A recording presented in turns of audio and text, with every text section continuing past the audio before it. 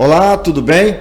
Vamos dar início a partir de agora a mais um Parla Mais. Desta vez a gente trouxe um pré-candidato à Câmara Municipal de Teresina, que já é conhecido de toda a cidade. Aliás, conhecido do Piauí, porque aqui ele foi tudo, né? Técnico da Embrapa, ele foi vice-prefeito, ele foi prefeito de Teresina, foi secretário estadual de Indústria e Comércio e senador da República. Está retornando à vida pública agora e quer começar de novo. É isso, senador Elmano Ferro? É exatamente isso, né? Quer dizer, mas veja bem, eu tenho uma história mais técnica aqui no Piauí, né? Chegou, foi a Embrapa foi depois, eu saí da Sudene, à disposição da Embrapa vai passar 10 anos, né? Aliás, passei 10 anos como dirigente da Embrapa. Mas eu cheguei aqui como técnico da Sudene, no princípio do ano 60, né? Dos anos 66, aliás, 66.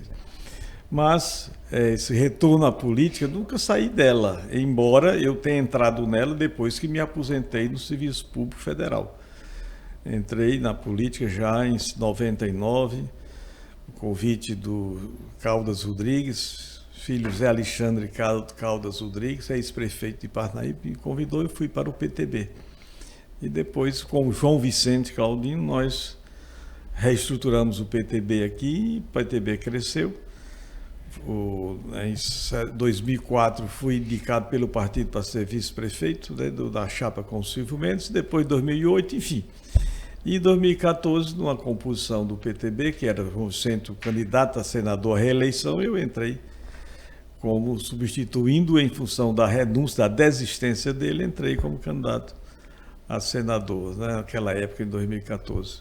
Mais de 900 mil votos, né? Foi quase 1 milhão de votos. Quase 1 milhão de votos. Agora, tem muita gente que diz, o homem foi vice-prefeito, foi secretário, foi senador e vai querer agora ser vereador. Aí eu estava estudando outro dia e lembrando que teve um presidente francês que deixou a presidência da França, foi para a cidadezinha dele no interior e foi ser vereador. Então, isso inclusive lá ele diz que fazia aquilo ali porque já tinha completado um círculo, né? Exatamente, então tinha que começar de novo, e ele fazia questão de começar como vereador da terra. Foi, salvo engano, François Mitterrand, né? François Mitterrand. E o senhor tá tentando aqui em Teresina algo que aqui no Maranhão também tem o ex-governador e senador João Alberto, né? Meu colega do Senado. Do Senado, né? Que também é candidato a vereador agora, né? Exatamente, com a diferença de 10 anos. Ele tem 82, mais de 10 anos. Eu com 81. Isso é interessante. Veja bem, muita gente comenta isso, mas eu tenho um amor muito grande a Teresina. Uma dívida muito grande a Teresina. E pelo amor que eu tenho a ela, pela minha experiência, pelo conhecimento que eu tenho de gestão pública, sobretudo no âmbito federal, depois no estadual e no municipal, é que eu fui, digamos, instado, induzido por alguns amigos meus, pessoas muito ligadas a mim também, políticos e não políticos, pessoal, inclusive presidente de associações de bairro, de moradores, que me estimularam a entrar nesse desafio de candidato a vereador, e eu declinei. Eu digo, eu realmente tenho contribuição a dar. Que nós temos obras importantes, inclusive em andamento, obras fruto de emenda parlamentar minha, né, durante o mandato de senador. E obras concretas e visíveis, de infraestrutura importante da mobilidade urbana, não só, mas sobretudo de Teresina, mas também no estado todo. Tem muitas obras em andamento, frutos de emenda parlamentar. Eu ouvi semana retrasada ali no shopping, no Senadinho lá, e alguém dizia que o senador Elmano Ferro vai surpreender, vai ser um puxador de votos. O senhor acredita nisso? Não, veja bem, isso aí eu tenho uma grande... Eu estou muito otimista, digamos, com relação ao desempenho nosso, porque eu acredito muito no voto de opinião, um voto de qualidade, podemos dizer, isso é assim, de reconhecimento. Porque nós trabalhamos ao longo da nossa história aqui, de quase 658 anos aqui no Piauí, mas como prefeito, depois como senador, nós trabalhamos muito, independente também de mandatos eletivos, como esses dois. Eu como técnico e como secretário, fui secretário de 2 governos, secretário estadual, Planejamento e Desenvolvimento Econômico, e também com outras instituições, como a Embrapa, que eu passei 10 anos dirigindo a Embrapa. Fruto do nosso trabalho, tem a soja tropical para baixas latitudes do Brasil e do mundo. A soja plantada aqui no Piauí, Maranhão e a Bahia deve-se a um trabalho que nós executamos quando da minha gestão de 10 anos na Embrapa Piauí. Quer dizer, hoje é o Centro Nacional de Pesquisa Meio Norte, né? Então, é uma experiência muito grande. E como fruto disso, e aqui em Teresina, sobretudo, onde moro há 58 anos, cheguei aqui, a capital tinha 173 mil habitantes, hoje são 870 mil habitantes em Teresina, sendo que chega a 1 milhão de população flutuante, né? Conhecimento da cidade, né? Eu espero, como pré-candidato hoje a vereador, espero um reconhecimento, quer dizer, da população. Então, estou trabalhando nesse sentido, tenho muita contribuição a dar, isso eu falo com muita franqueza, muita honestidade e muita contribuição a dar no Parlamento Municipal, e eu vou disputar uma vaga dentre 29, quer dizer, eu espero um reconhecimento do nosso trabalho, fruto do nosso trabalho. Então, posso surpreender também, não posso. Eleição, só sabe o resultado dela quando abre as urnas. E faz a contagem dos votos. Mas eu espero sou muito positivo com relação a isso. Senador, o senhor foi prefeito de Teresina do ano de 2010 a 12. Março de 1º de abril de 2010 a 31 de dezembro de 2012. Ou seja, 2 anos e 9 meses. Em função, decorrência da renúncia do Silvio Mendes, isso, que foi candidato na época a governador do Piauí. Então, lá se vão 12 anos, 12 né? anos, mais 12 anos. Muita coisa mudou nesse período. Teresina enfrentou assim, um turbilhão de acontecimentos, de eventos, cresceu e, de certa forma, cresceu até de forma desordenada em alguns aspectos. Verdade, hoje a cidade demanda uma gestão que tem uma atenção muito especial, sobretudo para a questão da mobilidade urbana. Hoje nós temos um sistema de transporte que está precário, tem gente que diz que nem funciona, né? Nós temos uma situação das nossas vias, sobretudo nos bairros, mas até em umas partes do centro da cidade ainda precisando de uma operação tapa-buraco no mínimo. Assim, o senhor na Câmara Municipal, tendo uma cidade que tem problema hoje na saúde, na educação, no transporte, o senhor pretende enfrentar que áreas? Quais são as suas bandeiras chegando à Câmara Municipal? Olha, nós temos em Teresina, quer dizer, alguns problemas básicos que estão atravessando uma situação delicada, né, no momento. Essa questão da mobilidade urbana, quer dizer, o transporte coletivo, que eu sempre digo, isso é um direito do trabalhador, um direito do cidadão consagrado na nossa Constituição da República Federativa do Brasil. É um direito, como é também, de outra parte, um dever, uma obrigação da gestão municipal prover esta demanda fundamental, a mobilidade das pessoas que vão para o trabalho, e vão para as escolas, enfim, para as instituições públicas, quer seja no âmbito federal e estadual. Então, isso aí é um dos problemas sérios em Teresina hoje, e também que é muito problemático em outras regiões do Brasil, entre as cidades metropolitanas, capitais sobretudo, né? Cidade de porte médio acima. A saúde também é uma questão fundamental. Na saúde eu tenho algumas experiências vividas, porque eu vivenciei durante quase 3 anos problemas com as empresas que há uma concessão, né? O transporte público não é estatal. Sim, é fruto de uma concessão, né? Quer dizer, tem problemas também de empresas, mas é um drama, é um problema seríssimo. Da saúde, da educação. Na saúde, por exemplo, eu tive uma experiência fantástica que eu quero, em sendo eleito, voltar a discutir, porque no Brasil nós temos 100 milhões de trabalhadores, trabalham pela manhã e à tarde. E não tem como fazer uma consulta, por exemplo, o caso da mulher, da prevenção da mama, o homem, a questão da próstata, né? Quer dizer, e eu criei aqui como prefeito e com recursos do próprio município, o ambulatório do trabalhador, 4 ambulatórios do trabalhador, com a parte clínica, que é atendimento clínico, ambulatorial, quer dizer, funcionando de 18 horas às 22 horas.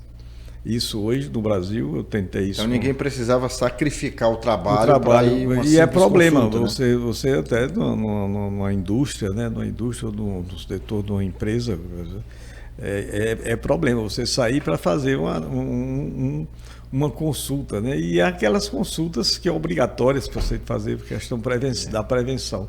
E nós foi um sucesso. Eu pretendo. E foi desativado, né? E foi desativado. Então, logo deixei a prefeitura, foi desativado. Quer dizer, uma experiência vitoriosa, fantástica que nós tivemos aqui. Inclusive, copiado por os municípios, eu não queria citar aqui, no Brasil afora, inclusive em São Paulo, né? Nós tivemos, enfim. Fizemos o maior concurso público da história da Fundação Municipal de Saúde, em 2000, durante esse nosso período. E concedemos à questão de justiça do magistério, na época, né, quer dizer, o maior aumento dado ao magistério municipal. Foi 22,5%. Hoje tem um reconhecimento dos professores, pessoas aposentadas, que é questão de justiça isso. Quer dizer, o professor, quer dizer, os 3 entes federados, tanto do município, estado, como da União, por exemplo, nas universidades, pessoas estão muito mal remuneradas. O pessoal tem mestrado, doutorado, pós-doc, enfim. E no município de Teresina, nós fizemos um reajuste à altura da categoria profissional. Aliás, não só do professor, quer dizer, da atividade fim, mas também do corpo administrativo de apoio na área da educação. Ou seja, e da área da mobilidade urbana, quer dizer, essas obras que estão sendo feitas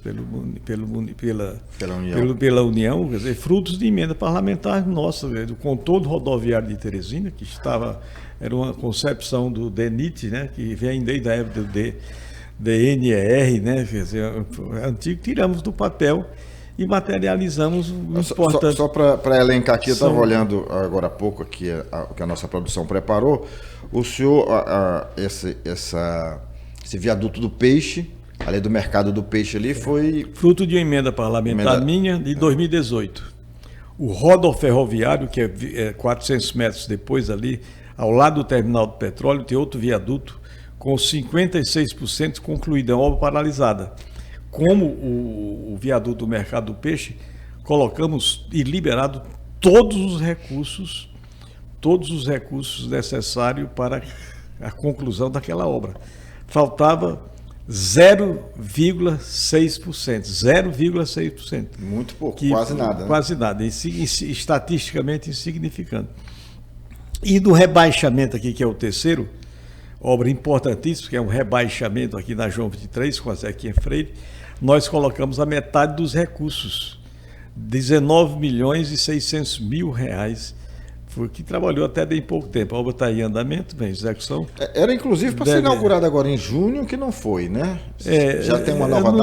Não sei, coincidentemente eu tenho a ligação do Ribamar, que Ribamar foi uma indicação nossa no governo do presidente, foi ainda no governo da presidente Dilma, não é? E depois continuou com o Itamar, com o Temer e com o Bolsonaro, e foi uma decisão, eu acho, que condiz com os interesses maiores da instituição, a manutenção do Ribamar como superintendente do DENIT aqui. Então tive uma ligação para ele agora e vai saber realmente, porque tem condições de se concluir até dezembro, né? Não sei se não sei como é que está. A obra está aparentemente muito avançada. Um olhar leigo ali, falta muito pouco, né? Também, né? Falta pouco também, falta muito pouco. Eu estive lá há 3 meses atrás. Uma obra importante. Então ali nós colocamos também. Agora, são 4 grandes viadutos. Desses 3, o viaduto do Mercado do Peixe, o rodoferroviário, que é ao lado do terminal do petróleo, esse rebaixamento da João 23, e tem o 4º que poucas pessoas sabem. Esse aí nós não colocamos recursos, mas tem um projeto já, que é um rebaixamento também, ali no balão, ali em frente à escola da Fundação Bradesco, início da Zé Francisco de Almeida Neto, a avenida, que é mais importante, o Disseu, e que vai pegar o fluxo de veículo que vem daquela ponte ali da Anselmo Dias, que também é fruto do nosso trabalho. Ali foi o nosso, custou do PAC 2, uma obra de 44 milhões a ponte e os acessos 17 milhões. Fomos nós que viabilizamos e o Firmino conduziu e inaugurou em tempo, né? Quer dizer, uma obra importante. Esse viaduto do mercado do peixe, digo melhor, ali o rebaixamento em frente à Fundação Bradesco, ali próximo ao Açaí, aquela rotatória que tem, é fundamental. Então isso aí eu acho que tem que ter... O rebaixamento vai ser na BR, então, e manter o nível da avenida. Pelo projeto, o que vem lá, ligando a zona sul de Teresina, a zona norte passa por baixo. Isso, e a BR o rebaixamento da... Rebaixamento, isso aí pode ser como um bom jornalista, um bom repórter, tirar essa dúvida com o Ribamar Bastos, né? Quer dizer, o rebaixamento que eu passo embaixo e passo em cima, eu creio que a parte de cima é da BR-343. Certo. E o quarto grande intervenção, além dos 4 viadutos, é a duplicação que vem lá do rebaixamento da João 23 até ali a Tancredo Neves, que é daquela ponte que dá acesso à rodoviária do Cid Portela. Certo. Uma obra muito importante de infraestrutura. Uma das razões pelas quais... Necessária, né? Necessária, fundamental. Uma das razões pelas quais eu preciso, eu tenho uma contribuição muito forte a dar como vereador. A continuidade desta grande obra, que ela é uma obra de infraestrutura fundamental para a mobilidade urbana de Teresina, bem como outras, por exemplo, a Galerias Fluviais da Zona Leste, uma obra fantástica. Os recursos nós negociamos tudo dos recursos federais do PAC 2, quer dizer, e outra série de obras também importantes que estão ainda em execução. Nós temos criando mais, fruto de outra emenda parlamentar minha de 4 milhões e meio, que é criar mais 22 novos leitos na UTI do HUT. Importantíssimo. Isso está com 9 anos. Ou seja, coisa... muitas obras importantes, fruto do nosso trabalho como parlamentar, que estão claudicantes, quer dizer, além por exemplo, da Vila da Paz, a requalificação urbana da Vila da Paz. Quer dizer, é uma obra importantíssima, aquele grotão, uma obra de emenda nossa. Houve uma urbanização ali que também parece-me que não... Está muito lento. Mas nós fizemos muita coisa em 2 anos e 9 meses. O que eu queria saber do senhor é o seguinte, o senhor já esteve aqui como gestor, com a mão na massa, e o senhor já esteve lá em Brasília como senador da República, e inclusive, como o senhor está colocando, enviando recursos para cá. Por que essas obras ficam paralisadas? Por que essas obras demoram a ser concluídas? O que acontece? Olha, veja bem, vou dar um exemplo emblemático. O projeto Lagoa do Norte, concebido pelo Silvio e pelo Firmino. Nós assumimos, estava muito devagar, nós assumimos em 2010, né? Passamos 9 meses e a coisa não deslanchava, os recursos disponibilizados, nós pagamos taxa de permanência pela não utilização dos recursos. Quer dizer, nós demos uma experiência que nós temos de gestão pública e conseguimos implantar o projeto de fato. Já tinha os recursos, o mérito de negociação foi o Firmino, foi o Silvio, com a equipe teve uma influência muito grande do Felipe Mendes na concepção, como também era deputado federal, na viabilização e concepção do projeto, mas nós executamos em 2 anos toda a etapa e fizemos ainda... Começamos a negociação para a segunda etapa, que infelizmente parece que a coisa desandou. Quer dizer, o recurso do Banco Mundial fundo perdido com a anuência, quer dizer, do governo federal. Isso é importante. Executamos. O problema é governança, é execução, é colocar o discurso e os projetos acima de qualquer interesse de natureza político-partidária. Porque eu me vi lá mais como um técnico, um gestor, sem pensar. Depois que eu resolvi, no ano da eleição em 2012, resolvi ser candidato em decorrência de uma série de questões fundamentais para Teresina. Quer dizer, então eu acho que aí é a questão da governança, o comprometimento do quem está conduzindo o processo administrativo, a condução do mandato executivo. Eu creio que, modéstia à parte, fizemos muito em pouco tempo, né? Tanto é que tem até uma piada, fez muito e tal, em 2 anos fez o que de 20 anos, enfim, a população. Fez 2 em 20, mas né? é questão de prioridade, eu fiz também, ninguém faz nada só. Constituímos, fizemos uma equipe de escola, uma equipe altamente qualificada e experiente. Mas é preciso, como o senhor está falando, ter essa canja, ter esse conhecimento técnico. O senhor, como gestor em outros órgãos, implantou isso no município. Às vezes vai uma pessoa até muito bem intencionada, mas que nunca teve uma experiência de gestão. Ou porque só foi deputado, ou porque nunca foi assim, da área técnica executiva. Às vezes até já ocupou algum cargo, mas um cargo que não merecia, exigia um conhecimento mais aprofundado dos problemas da cidade. E o senhor, como já tinha digamos, esse know-how, essa expertise que o senhor disse que teve na SUDENE, na Embrapa, na Secretaria de Desenvolvimento Econômico, Planejamento, quer dizer, isso tudo ajudou. Ajudou muito, muito. Agora, eu não faria só. Eu acho que eu tive uma retaguarda técnica de pessoas competentes em várias áreas. Você veja, eu coloquei para ser meu secretário, presidente da Fundação Municipal da Saúde, para cuidar da saúde de Teresina, eu convidei um ex-reitor da Universidade Federal, especialista em saúde pública, Pedro Leopoldino. Eu escolhi para a educação. Todos não são políticos, eu escolhi para ser, convidei e aceitou. O Ribamar Torres, que tinha sido secretário executivo da Educação no governo Freitas Neto, que eu fui secretário de Planejamento do governo Freitas Neto, ele era secretário executivo do Atlas Lira, que teve uma experiência, doutor em Educação. E aí vai João Alberto Monteiro, foi o secretário do Planejamento. Eu convidei para ser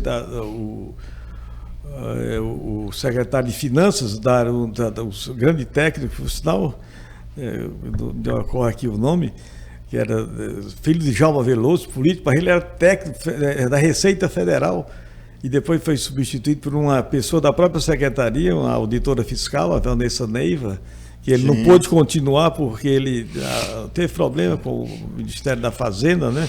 E problema não concederam em tempo. Ele, juntamente com o pessoal da Fazenda, da Secretaria de Finanças, escolheram a Vanessa Neiva, uma menina altamente competente, engenheira civil e também concursada.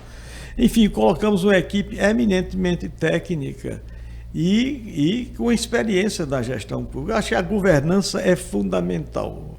Então, o próprio prefeito foi um político e tal, com pouca experiência, ele tem condições de fazer, do meu entendimento, tem condições de fazer uma boa gestão desde que se acerque de bons mas tem que ser um bom técnico, né? E bom técnico comprometido, que o espírito público, o espírito público, quer dizer, tem um comprometimento com as metas estabelecidas por aquela gestão, o programa de governo de gestão, que tem que ter. Eu, por exemplo, eu peguei uma agenda 2015, concebida pelo governo do Firmino, agenda com a participação de mais de 2.000 líderes de Teresina. Eu peguei aquilo como um norte para a nossa administração, ou seja, uma continuidade, que o Silvio, prefeito, só me pediu uma coisa, quando decidiu renunciar, que eu cuidasse de Teresina. Então, aquilo para mim, cuide de Teresina. Aquilo foi, digamos, uma recomendação, uma coisa que eu jamais poderia deixar de fazer. E calcado disso, eu cuidei dessa cidade. Eu não fui prefeito, eu fui um cuidador de gente, de pessoas, que o prefeito é o cuidador de uma casa maior. Como a minha casa, a gente é uma coisinha pequena, você gerir, governar uma cidade grande é uma casa maior. E você tem um compromisso da qualidade de vida das pessoas e também um mestre de obra. Eu fui um mestre de obra e um cuidador de gente, de pessoas de Teresina. Agora, o senhor está andando por Teresina, está voltando nos bairros, nos lugares onde o senhor percorreu enquanto prefeito?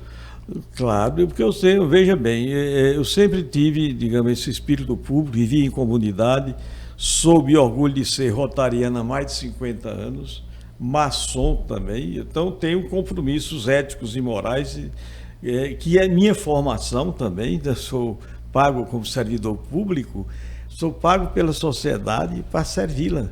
e não me servir dela. Quer dizer, o espírito servidor público, ele é um servidor. Ele tem que se entender de que o compromisso maior do servidor público é com a comunidade, é com a sociedade.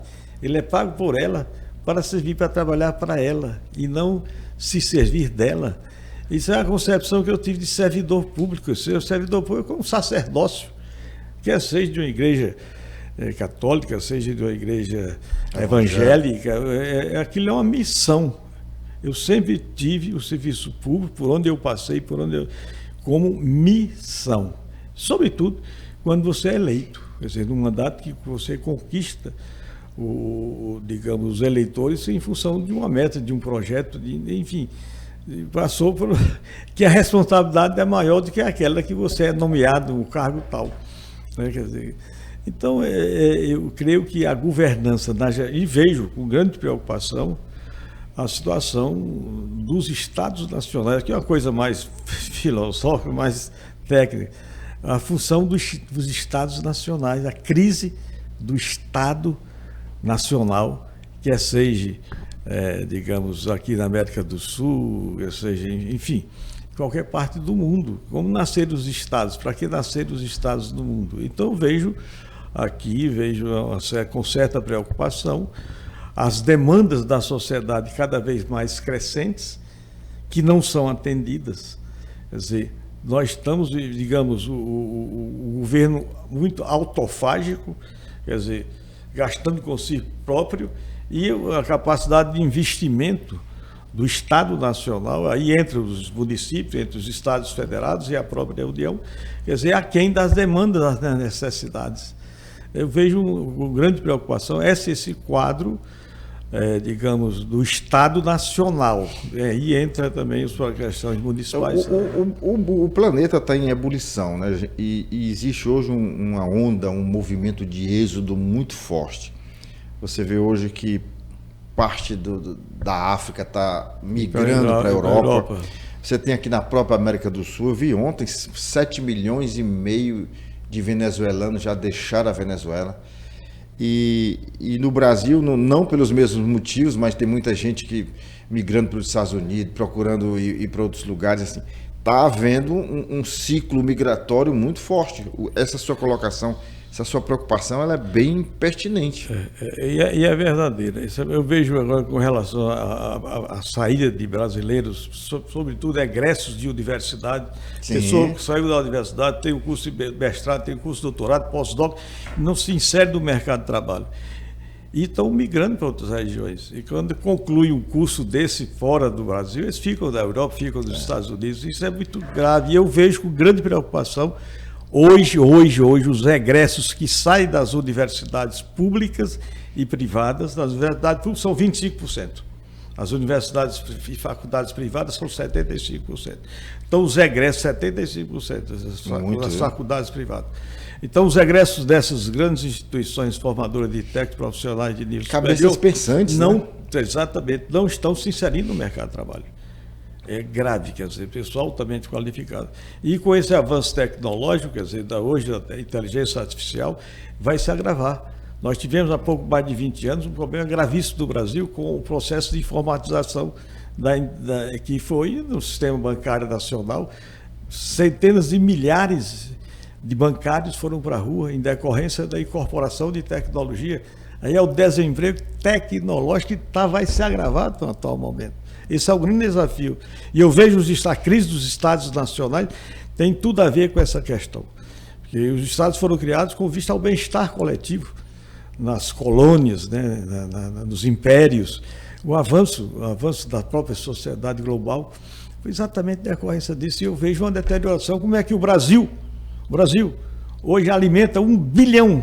O Brasil alimenta 1 bilhão de seres humanos, dos quase 8 bilhões de pessoas do mundo, e temos, segundo dados do governo atual, 30 e poucos milhões de pessoas da miséria, da passando necessidade, pobreza, e muitos subalimentados. Como justificar que nós alimentamos, digamos 50%, aliás, 10 vezes a população, 5 vezes a população do Brasil, 212 milhões, e tem desses 212 milhões de pessoas, 30 milhões passando fome. Agora eu vou aproveitar é uma injustiça social, desigualdade social. E lhe fazer uma pergunta. Isso é um problema ou é um projeto? Esse povo todo passando fome. Veja bem, isso aí é decorrência dos governos, todos os governos, sim, todas mas as colorações. A pergunta é, isso é um projeto ou é um problema? Foi um problema Não, é um problema que persiste. Eu me lembro que, digamos, todos nós temos conhecimento que o governo do presidente Lula veio aqui no Piauí em 2003 e lançou, naquela época, segundo dados oficiais do Estado e do governo, eram 30 milhões de pessoas que passavam fome. E nós, 20 anos depois, temos 32 milhões. Passando fome. Uma pobreza absoluta, subnutrição, mal alimentados, passando necessidade. Então, é exatamente isto. Aí vem a crise, independentemente de política, de partido, de ideologias, da crise do Estado Nacional, não é o nosso, dos Estados Nacionais no mundo. São 200 Estados Nacionais no mundo, mais ou menos, em torno disso. Né? Quer dizer, esse é um grande desafio. E nós temos que pensar em cima, as universidades, as instituições, né, têm que voltar-se para essa questão. Que o Estado Nacional, os Estados foram criados, nasceram para, com vista, melhorar a qualidade de vida das pessoas, superar a pobreza, a desigualdade, o emprego, a habitação, enfim, essas coisas elementares da vida das pessoas. E eu vejo com grande preocupação. E temos, aí de nós, se não fosse esse programa de transferência de renda, que nós temos no Brasil, Bolsa Família, auxílio emergencial, essas coisas. E nós avançamos muito nessa questão, muito mesmo. E você chega em qualquer município, as pessoas que dependem do Estado Nacional, em termos para viver, ter uma vida que eu vi aqui no Piauí, na década de 70, na seca de 70, eu vi fome, morreu em meus braços uma criança lá em Campinas, entre Campinas e Simplício Mendes, numa frente de serviço. Desnutrida. Fome. Inanição mesmo. Fome esquelética. Coisas dantescas que eu não quero ver mais aquilo que eu vi há 54 anos atrás. Não quero ver aquilo. Então, é uma coisa chocante. Miséria, fome. Tem municípios hoje que a economia do município gira em torno dessa transferência de renda do Bolsa Família e de outros benefícios, né? 20 e tantos milhões de famílias vivem em decorrência de programas de transferência de renda. Claro que aí tem também os aposentados, enfim, tem uma série de benefícios. Tem os LOAS da vida. Exatamente. E foi uma grande coisa essa lei orgânica da assistência social. Como o SUS, nós já avançamos muito, agora os recursos são mal gastos, as prioridades... Bom, já me avisaram ali a produção que a gente está com o tempo estourando, mas o senhor ainda tem tempo para olhar para essa câmera e conversar com o eleitorado da capital e dizer para eles por que o senhor merece uma oportunidade agora na Câmara Municipal. Exatamente, sou pré-candidato a vereador por uma série de circunstâncias, inclusive pelo amor que eu tenho a Teresina, pelo compromisso que eu tenho com essa cidade que me acolheu de forma até emocionante, com muito amor, com muito carinho, desde quando eu aqui cheguei na década de 60, né, como técnico da Sudene. Então eu tenho energia, tenho disposição, tenho ideal, tenho experiência de continuar dando minha contribuição como ex-prefeito e ex-senador à cidade de Teresina. E por isso, inclusive estimulado por pessoas, pelo meu partido e instituições, para, não vou dizer sacrifício, mas satisfazer o meu desejo. Agora, claro, eu sou um pré-candidato, a eleição é difícil, né? Estou estribado, a base da minha pré-candidatura é exatamente no meu trabalho, e eu vou pedir, não posso pedir voto agora, sim. Mas no momento oportuno... Mas pode dizer por que quer, né? Eu estou dizendo porque eu quero trabalhar, eu tenho energia, eu tenho disposição, eu tenho experiência sobre tudo, e tenho um compromisso, já dei demonstração disso, do meu amor e da minha competência, modéstia à parte, com a coisa pública. Não é à toa que recebeu esse alcunha carinhoso de velhinho trabalhador. Eu tenho que honrar isso aí. Vamos continuar trabalhando. Se Deus quiser, Deus tem me dado saúde, eu tenho modéstia, me cuido, né? Hoje já estive na academia, olha né? aí. Ontem também, e, enfim, me cuidando, né? Me cuidando para poder cuidar da cidade, cuidar do povo e prestar minha, digamos, eu fiz uma universidade privada, pago pela sociedade, né? E sou servidor e eu tenho uma aposentadoria e pago pelo governo. Pequena, né? Mas eu tenho toda... Por isso que o velhinho é candidato, pré-candidato a vereador Teresina. Perfeito. Queria agradecer a sua participação, dizer que é sempre uma honra tê-lo aqui com a gente, dizer que esse espaço é do senhor também, sempre que o senhor precisar. Desejar sorte nessa nova empreitada. E por último, quero agradecer a você, já estive aqui uma vez, né? Você é meu amigo de longas datas. Agradecer a essa grande instituição, Empreender Piauí, esse movimento, né? Idealizado por muitos empresários, mas sobretudo sob o comando do Arthur Feitosa, digamos, um técnico também. É o nosso superintendente hoje. Superintendente. O presidente hoje é o Marcelino e ele continua aqui como superintendente, exatamente, da comunicação. Exatamente. É um agradecimento a essa instituição que está fazendo um grande movimento empresarial acima dos partidos políticos, de ideologias, enfim, mirado no desenvolvimento econômico e social do nosso Estado. Promovendo o empreendedorismo. O empreendedorismo, consequentemente, contribuindo para o Estado e, sobretudo, gerando emprego, renda para as pessoas. Né? Perfeito. Obrigado. E você aí que nos acompanha, compartilha esse vídeo, coloca aí no mundo, porque não só Teresina, mas o Piauí e o Brasil precisa saber do que acontece na nossa cidade. Até o nosso próximo encontro.